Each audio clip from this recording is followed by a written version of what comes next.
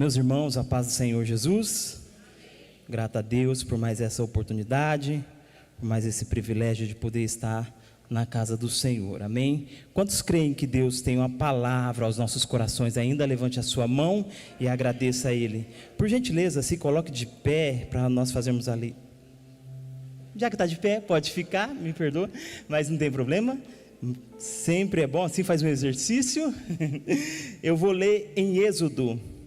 Eu quero dizer para você nessa noite que a mesma graça que esteve conosco no culto da manhã será derramada nessa noite. Quantos creem assim? Quantos saíram de casa com o objetivo de sentir a presença de Deus e prestar um culto de adoração a Ele?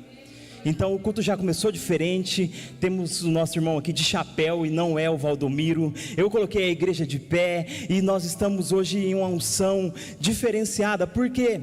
Nós sabemos que hoje o assunto da atualidade são 3 assuntos da atualidade: Black Friday, Natal e Ano Novo. Eu não vou falar sobre a Black Friday e também não vou falar sobre o Natal, mas eu tenho uma palavra de Deus para o seu Ano Novo que está chegando. Eu vou repetir, eu tenho uma palavra de Deus para o seu Ano Novo que está chegando, para a sua casa, para a sua família, para a sua vida. Você está preparado para viver o melhor de Deus nesse ano de 2025? Dêem glórias a Ele. Êxodo, capítulo de número 26, e o versículo de número 33. Se eu conseguir entregar pelo menos metade do que Deus me deu nesse texto, nós vamos nos saciar na presença de Deus nessa noite. É um texto muito lindo. Quem é leitor da Bíblia Sagrada sabe que pode vir algo muito forte através dessa palavra. Quantos acharam o Êxodo 26 e o verso 3, diga amém. Diz assim: pendurarás o véu pelos colchetes e coloque atrás do véu a arca da aliança. Diga comigo, arca da aliança. O véu separará o lugar santo do santo do santo. Amém? Feche os seus olhos, vamos orar. Senhor Deus e Pai, nós te louvamos e te agradecemos por este momento, ó Deus. Neste momento eu te peço, Pai, abra a porta da palavra para que a tua igreja possa ser abençoada, que a tua presença possa se fazer real em nosso meio, que o teu Espírito Santo nessa noite desça como vento e nos incendeie, que a tua presença nessa noite possa nos tomar, assim como em Atos o Senhor veio, Pai, em forma de línguas de fogo, que nessa noite a sua presença possa se manifestar de forma sobrenatural no meio da sua igreja, e que nós, Pai, ao terminarmos esse culto, possamos sair daqui, Pai, cheios da sua presença, cheios da sua graça, transformados pela sua palavra e preparados para encararmos mais uma semana no poder do teu nome, Jesus. Amém. Tome o seu assento, glorificando aquele que é digno de honra, de glória e de louvor.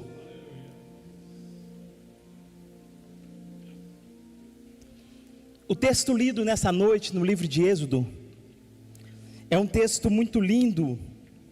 E eu amo o Antigo Testamento. Da outra vez que eu preguei, eu pedi para o pastor Hélio me explicar o porquê eu amava tanto o livro de Eclesiastes. Eu não vou pedir para ele me explicar o porquê eu amo tanto o Antigo Testamento, mas depois, pastor Hélio, uma certa feita eu ouvi um grande pregador, belemita, dizendo que eu precisaria me especializar em ou ser um orador do Novo Testamento ou do Antigo Testamento. E eu amo o Antigo Testamento, e nessa noite eu vou pregar dentro daquilo que ainda não é minha especialidade, mas que eu tenho uma certa intimidade. Nós sabemos que o Deus do Antigo Testamento, ele remonta a uma imagem de um Deus mais firme, mais seguro, mais duro, por assim dizer. E o nosso Senhor Jesus vem e nos traz um tempo diferenciado, mostrando que o Deus do Antigo Testamento não é um Deus irado, mas é um Deus de graça, e por isso Ele entrega o seu Filho Jesus para nos salvar. Mas quando eu leio o Antigo Testamento, eu não vejo um Deus tão severo assim, porque quando você folheia o Antigo Testamento de Gênesis até o último livro de Malaquias, que é o último livro do Antigo Testamento, principalmente do Pentateuco aos livros históricos, é incrível como você vê que Deus é um Deus de amor. Porque por vezes eu me peguei lendo o Antigo Testamento e eu vejo Deus no livro de Reis, no livro de Juízes, perdoando pessoas após o seu arrependimento. Coisas que você olha e você diz assim, não, quando você está lendo a história, e você diz assim, não, isso não merece perdão, e vem Deus e traz perdão para aquele rei, para aquela pessoa. E isso alegra o meu coração, porque eu sei que Deus, Ele é um Deus de amor, e Ele é um Deus de perdão. E eu já quero dizer para você nessa noite, não importa literalmente o que você fez, o Senhor Ele está disponível para lhe perdoar, basta você se arrepender, amém? Pois bem, aqui no Antigo Testamento, no livro do Êxodo, esse texto fala sobre a inauguração do tabernáculo. A inauguração do tabernáculo seria a igreja do Antigo Testamento. Quem não já se perguntou de onde veio esse costume de nós nos reunirmos como igreja em um templo, em um local? Isso foi coisa de imaginação de alguém que lá atrás falou, vamos fazer um templo, um local para nos reunirmos? Nós sabemos que a igreja do Novo Testamento, ela surgiu nos lares após a perseguição. Não podia se prestar o culto de adoração de forma visível, porque o Império Romano estava perseguindo os cristãos. Então nos lares escondidos, a igreja se esparramou, mas os cultos aconteciam nos lares. Alguém disse que a igreja começou nos lares e vai terminar nos lares. Eu não creio dessa forma. A igreja começou nos lares e vai terminar como o salmista disse: alegrei quando me disseram, vamos à casa do Senhor. Então, no Antigo Testamento, quando o tabernáculo surge com esse propósito, de ser uma representação de Deus para o povo de Israel. O tabernáculo, ele representa a presença de Deus, porque eu pedi para você repetir comigo a Arca da Aliança, porque a Arca da Aliança dentro do tabernáculo, ela representava literalmente a presença de Deus. Nós sabemos que Moisés, ele após tirar o povo de Israel do Egito, ele vai em direção à terra da promessa, a qual Deus havia prometido a Abraão, Isaque e Jacó. Porém, quando ele tira o povo do Egito, ele sobe a uma montanha chamada Monte Sinai. No Monte Sinai, Moisés tem uma experiência com Deus, onde ele recebe o decálogo, ou os 10 mandamentos. Após receber os 10 mandamentos, o Senhor dá para Moisés a instrução do tabernáculo. Por que o Senhor dá a instrução para Moisés do tabernáculo? Por quê? Porque Israel agora tem um caminho de peregrinação a prosseguir. Israel está a caminho da terra prometida, e o Monte Sinai vai ficar para trás. Então o Senhor institui a lei e dá os 10 mandamentos. E antes de Moisés descer, o Senhor diz para Moisés: Moisés, após você descer, você vai orientar ao povo para que o povo oferte, para que o povo doe, para que o povo se disponha para a construção de um tabernáculo. Moisés olha para o Senhor, para Deus naquela conversa, porque coisa boa é poder ter intimidade com Deus. E nós sabemos que dentre todos os homens da Bíblia Sagrada, Moisés teve o privilégio, e a Bíblia diz que ele falava com o Senhor face a face. É claro que não é de forma literal, porque quando Moisés pediu, Senhor, rogo-te que me mostre a tua face, o Senhor diz, Moisés, homem nenhum pôde ver a minha face, ou pode ver e ficará vivo, porque Deus é um Deus santo, e nós ainda estamos limitados por um espaço de tempo, mas eu creio piamente que em breve nós teremos o privilégio de ver o nosso Senhor face a face. E o Senhor diz para Moisés, Moisés, quando você descer, você vai orientar ao povo para a construção de um tabernáculo. Esse tabernáculo vai acompanhar o povo na peregrinação pelo deserto. Por onde vocês for, Moisés, vocês vão ter um lugar, vocês vão ter um objeto que vai representar a minha presença diante do povo. O povo havia ido, acompanhado Moisés até aquela montanha. Quando chegou no pé da montanha, o povo falou, Moisés, sobe tu, e nós vamos ficar aqui, porque a Bíblia diz que a montanha, o Senhor descia em uma nuvem, e a nuvem era a nuvem que trazia a presença de Deus, e a presença de Deus, ela traz um impacto tão grande, que realmente quando ela vem, nós não conseguimos ficar de pé. Você viu que quando Morada cantou aquele hino, ele diz assim, mais perto do monte, mais perto da morte, porque a presença de Deus ela é muito forte, e o nosso corpo não está preparado para viver a totalidade da presença de Deus.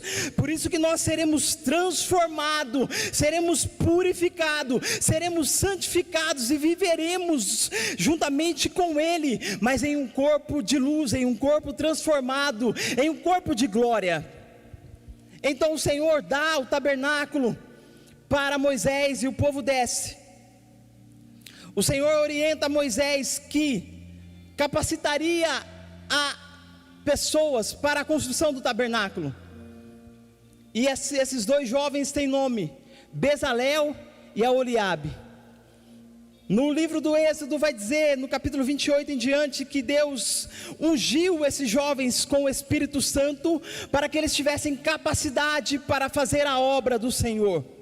Deixa eu dizer algo para você, o que você precisa para fazer a obra do Senhor, não é de um carro bom, não é de um emprego bom, não é de uma casa boa, não é de dinheiro no bolso. Eu não estou dizendo que nós não precisamos disso, mas nós temos a mania de dizer assim, quando Deus me der um carro, eu vou para o monte, quando Deus me der um carro, eu vou para a vigília, quando Deus me der um carro, eu vou para o evangelismo, quando Deus me der um carro, eu não vou perder culto. Nós temos a mania de pensar e dizer, quando eu estiver bem financeiramente, eu vou adorar mais. Hoje as coisas estão difíceis, eu não consigo adorar tanto, mas eu quero dizer para você, que não é a sua capacidade que te faz apto a fazer a obra do Senhor, porque Deus não olha para a sua condição financeira, para o seu status social, ou para o seu momento. Quando Deus olha para você, Ele vê em você alguém que Ele pode usar.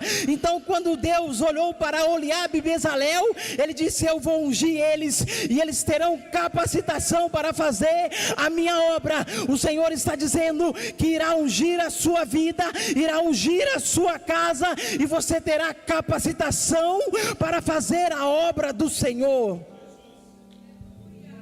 O que fez Aholiabe e Bezalel estar apto a fazer a obra do Senhor, não foi o seu intelecto, foi a unção do Senhor que desceu sobre eles. E o tabernáculo, ele representa a presença de Deus, ele representa a santidade de Deus, ele representa a adoração. O Monte Sinai está ficando para trás. Moisés teve experiências imensas no Monte Sinai. Foi no Monte Sinai que os estudiosos dizem que o Monte Sinai e o Monte Horebe são os dois picos mais altos ali de Israel. E há quem diga que são dois cumes diferentes. Isso é uma discussão teológica e eu não quero me deter a isso. Mas a Bíblia diz que foi no Monte Sinai ou no Monte Horebe, como algumas expressões usam, que Moisés viu a sarça queimando. E quando Moisés está agora descendo do monte, sabendo que ele está em direção à terra prometida, Moisés está pensando: como eu vou ter experiências tão lindas com o Senhor, como eu tive aqui nesse monte?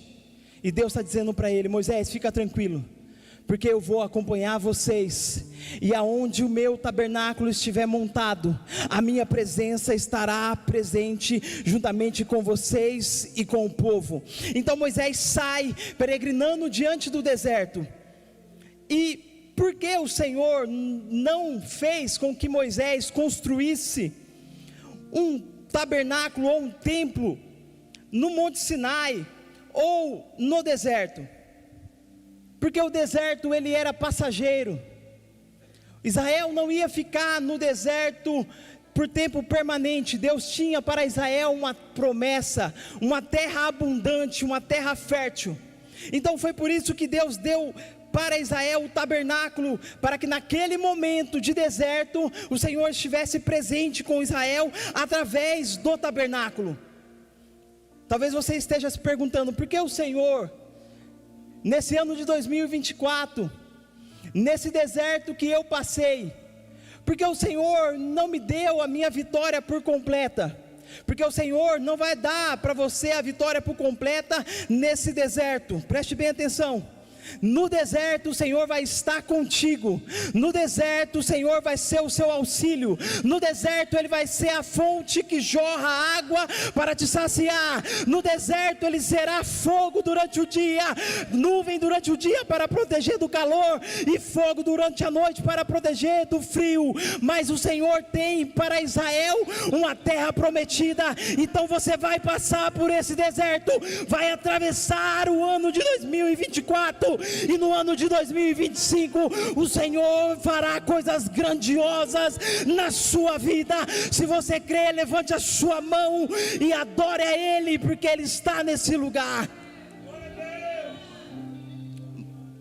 E é no deserto que o tabernáculo é montado. Mas no tabernáculo existe 3 lugares muito especiais. E esses 3 lugares do tabernáculo fala de níveis de intimidade. 3 lugares muito especiais no tabernáculo. Quando o tabernáculo era montado, o tabernáculo ficava no meio, porque o tabernáculo representava quem? Deus. Então, quando o tabernáculo era montado, o tabernáculo ficava no centro, porque no centro da minha vida, no centro da tua vida, no centro da vida da tua família, no centro da tua casa, no centro da tua vida, não tem que estar o seu nome, o seu status, a sua condição financeira, porque tudo isso pode passar a qualquer momento, mas no centro das nossas vidas tem que estar a presença de Deus. E veja só que foi Deus que disse: Moisés, coloca o tabernáculo no centro. Sabe por quê? Porque Deus não quer estar do seu lado, ou não quer estar à sua direita, não quer estar atrás de você, também não quer estar à frente. O Senhor quer estar junto com você, no centro. Ele quer ser a totalidade da minha vida e a totalidade da sua vida. Há quem diga que existem lugares seguros no mundo. Os Estados Unidos pensava e se nomeava o estado, o país mais seguro do mundo, aonde todos conhecem, que era onde tinham as Torres Gêmeas, na América, o lugar mais seguro do mundo. Eu nunca estive na América, mas eu lembro que eu ouvia falar dos prédios da Torre Gêmeas, World Trade Center, e eu me lembro que havia muitas especulações sobre aquele local, porque era um local seguro. Ali estavam os maiores prédios, os maiores investimentos, os maiores consultores financeiros. Ali estava o centro do coração da América. Parecia ser o lugar mais seguro do mundo. Quem diria que naquele lugar tão importante, alguém possuído por um espírito ruim enviaria um avião e destruiria algo que abalou toda a história do nosso mundo. Então, não importa o nível de grandeza, entenda bem, você pode ter um bom status social, é muito bom. Você pode ter uma bela condição financeira, isso é maravilhoso. Você pode ter um bom nome, isso é nobre, válido. Mas, de repente, uma calúnia, ela pode vir ferir o seu nome, o seu status social. E há quem diga que a calúnia é como se você pegasse um saco de penas, de coisas e jogasse ao vento muito forte, que para juntar se daria muito trabalho sempre teria alguém voando. Mas quando nós temos a presença de Deus no centro da nossa vida, pode vir calúnia, pode vir dificuldade, pode vir tristeza, pode vir qualquer problema. Quando Deus está no centro das nossas vidas, nós estamos fortalecidos. Deus estava no centro da nação de Israel. Israel atravessou o deserto e chegou na terra prometida. E o tabernáculo, Deus estava no centro do tabernáculo. No centro do tabernáculo estavam os utensílios sagrados, sendo esses, dentro do lugar santo, o pão da mesa da proposição, do lado direito, do lado esquerdo o candelabro, e à frente do santo, o altar do incenso. Do lado de fora do tabernáculo estava o átrio. No átrio tinha 2 objetos sagrados. Na porta de entrada tinha o altar do sacrifício. Após o altar do sacrifício tinha a pia, aonde os sacerdotes se lavavam para poder prestar o serviço no lugar santo. Eu disse que o tabernáculo fala de níveis de adoração. Algumas pessoas podiam entrar no átrio. Todas as pessoas da nação de Israel, por assim dizer, melhor dizendo, podiam entrar no átrio, porque o primeiro objeto do átrio é o altar do sacrifício. O primeiro objeto do átrio é o altar de sacrifício, porque para você entrar no átrio, você tinha que entregar algo. Porque todos que iam para o tabernáculo iam com um propósito. Todos que iam para o tabernáculo iam com um objetivo. E traziam um sacrifício, algo para ser oferecido sobre o altar. Sobre aquele objeto que era o altar do holocausto. Então o povo de Israel trazia, oferecia o sacrifício e entrava no átrio. E se cumpre o que o salmista disse: mais vale um dia nos teus átrios do que 1000 em qualquer outro lugar. Eu vou repetir: a nação de Israel entrava no átrio, e se cumpria o que o salmista disse: mais vale um dia nos teus átrios do que 1000 em qualquer outro lugar. Você tem noção do que significa isso? Eu vou lhe explicar com experiência própria. Eu tinha 21 anos de idade, quando jovem, o Senhor me chamou para o ministério. Foram os melhores anos da minha vida. Eu abria a igreja de segunda para o círculo de oração. Eu abria a igreja de quarta para o ensaio das irmãs. Você vai entender o que eu estou te dizendo. Eu abria a igreja nos domingos à tarde para a limpeza do templo. Eu estava constantemente nos átrios do Senhor. Porque quando eu abria na segunda, irmã Kelly, eu abria na segunda-feira, no Mauro Marcondes, eu abria e eu aguardava ali, fazendo a segurança do lado de fora da congregação, e eu ouvia, 21 anos de idade, as irmãs adorando a Deus. Na quarta-feira, orando. Na quarta-feira eu abri a pastora Marilze, e eu também ali fora, cuidando do portão, eu ouvia o ensaio das irmãs. No domingo eu abria, ajudava na limpeza, e também ali no portão, cuidando da segurança. E eu me lembro que um dia, uma quarta-feira, no ensaio das irmãs, sentado lá, alguém passou e disse: você é muito jovem, e você está aqui todos os dias.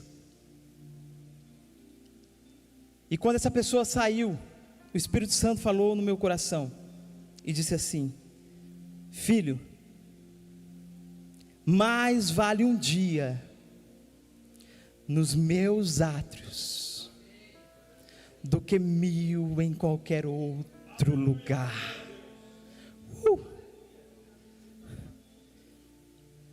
Desde pequeno eu entendi que nada que você faça na casa do Senhor ficará sem pagamento.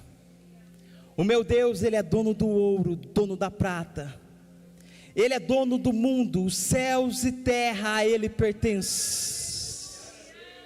E eu quero dizer nessa noite para você, obreiro, obreira, alguém que presta algum serviço: o vosso trabalho não é vão no Senhor, amém?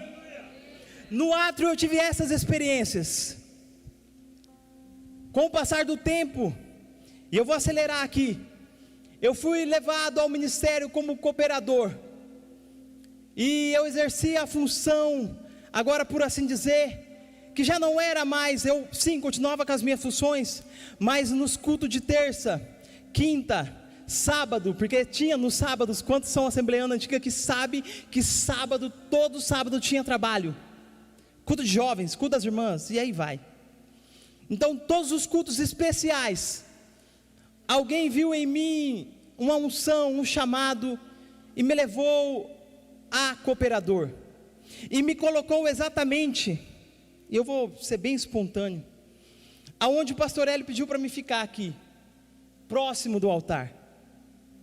E próximo do altar, que já seria o lugar santo, porque aqui está o lugar mais sagrado, e é por isso que quando nós subimos aqui, a perna treme, a boca seca, ou as mãos soam, porque esse lugar ele é santo, esse lugar ele é um lugar que nós precisamos ter reverência, é um lugar onde Deus fala, é um lugar onde nós diminuímos e o Senhor aparece.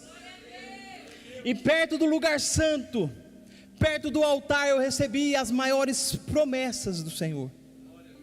Eu nunca quis ser pregador, eu sempre amei ser cooperador na casa do Senhor, e faço isso hoje com o coração transbordante.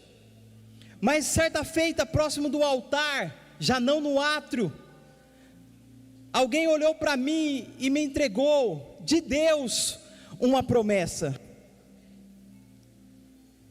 A promessa não foi do homem, a promessa foi de quem? De Deus. Eu abracei essa promessa, fui para minha casa, e no meu quarto, eu pude viver as minhas maiores experiências com Deus em oração, porque aqui são 2 horas de culto, no máximo, e o seu culto, o culto aqui, é uma extensão no seu lar, e o culto no seu lar é uma extensão do seu culto aqui. Se na sua casa você não adora, se na sua casa você não ora, se na sua casa você não tira um tempo para o Senhor, o resultado é que quando você entrar aqui, você vai começar a contar as horas para poder ir embora. Sabe por quê? Porque você não tem, você não é naturalizado com o ambiente da presença de Deus, mas aqueles que é naturalizado com a presença de Deus, aonde ele chega, que a presença de Deus está, ele não quer ir, ele quer ficar. Se Deus está na casa, ele quer ficar. Se Deus está falando, ele quer ficar. Se Deus está agindo, ele quer ficar. E o tabernáculo ele mostra esses 3 lugares. No átrio, todos podiam entrar.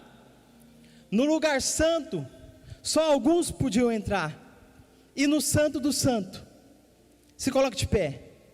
Irmã Lília, se puder me ajudar aqui. No santo do santo, somente um podia entrar, que era o sumo sacerdote. Níveis de adoração. Você entrou aqui, atravessou o átrio e entrou no lugar santo, que é esse lugar.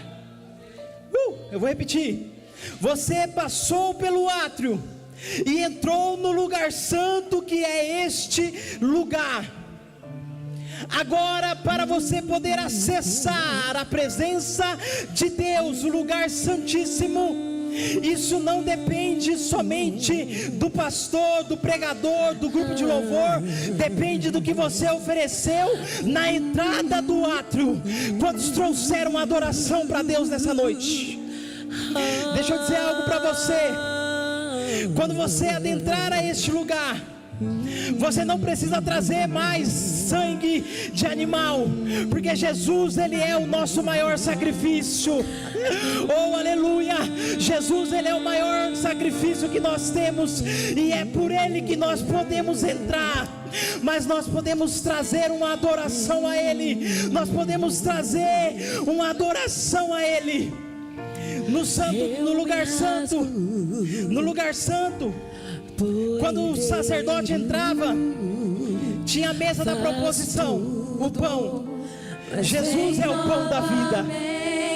Eu vou repetir. Do lado direito, no lugar santo, tem a mesa da proposição, que é o pão. Jesus é o pão da vida. Do lado esquerdo tem o candelabro. Jesus é a nossa luz. Na frente do Santo do Santo tem o altar do incenso. Jesus, ele é o nosso intercessor. Deixa eu dizer para você, ele intercede, o Espírito Santo intercede por nós com gemidos inexprimíveis. Mas no lugar santíssimo, como entrar? Na cruz do Calvário, Jesus, ele rasgou o véu. E o véu que separava, ele já não separa mais. O véu que separava, ele já não separa mais. E eu quero te convidar, entre comigo no lugar santo do santo. Entre comigo no lugar santo do santo. Entre comigo no lugar santo do santo. Entre comigo no lugar santo do santo. Entre comigo no lugar santo do santo. Alabradaya Sol. Alabradaya Sebe, Alabradaya Sol, Calabradaya Si, Turadaya Sol, Tukimidaya Si, Alabradaya Sol. Oh, aleluia! Quem já pisou no santo dos santos, em outro lugar, não sabe viver e onde estiver. Clamar pela glória, a glória de Deus.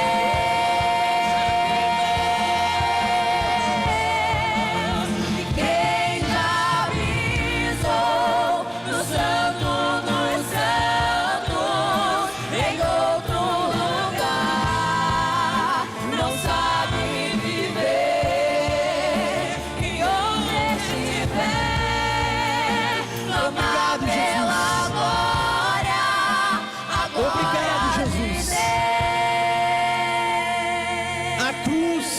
Cristo, ela é uma sombra do tabernáculo. Jesus, ele é o sacrifício perfeito. Jesus, Ele é o pão da vida. Jesus é a luz que você precisa. Levante a sua mão comigo assim para o céu. Eu quero dizer para você que nesse ano de 2025 não faltará pão na sua casa. Jesus é o pão da vida. Eu quero dizer que não faltará luz para o seu caminho. Jesus é a nossa luz. E eu quero dizer que não faltará intercessão, porque enquanto Jesus não voltar, Ele está diante do Pai e Ele intercede por mim, por você, pela sua família. Se você pode, dê a melhor adoração a Ele nessa noite. Dê a melhor adoração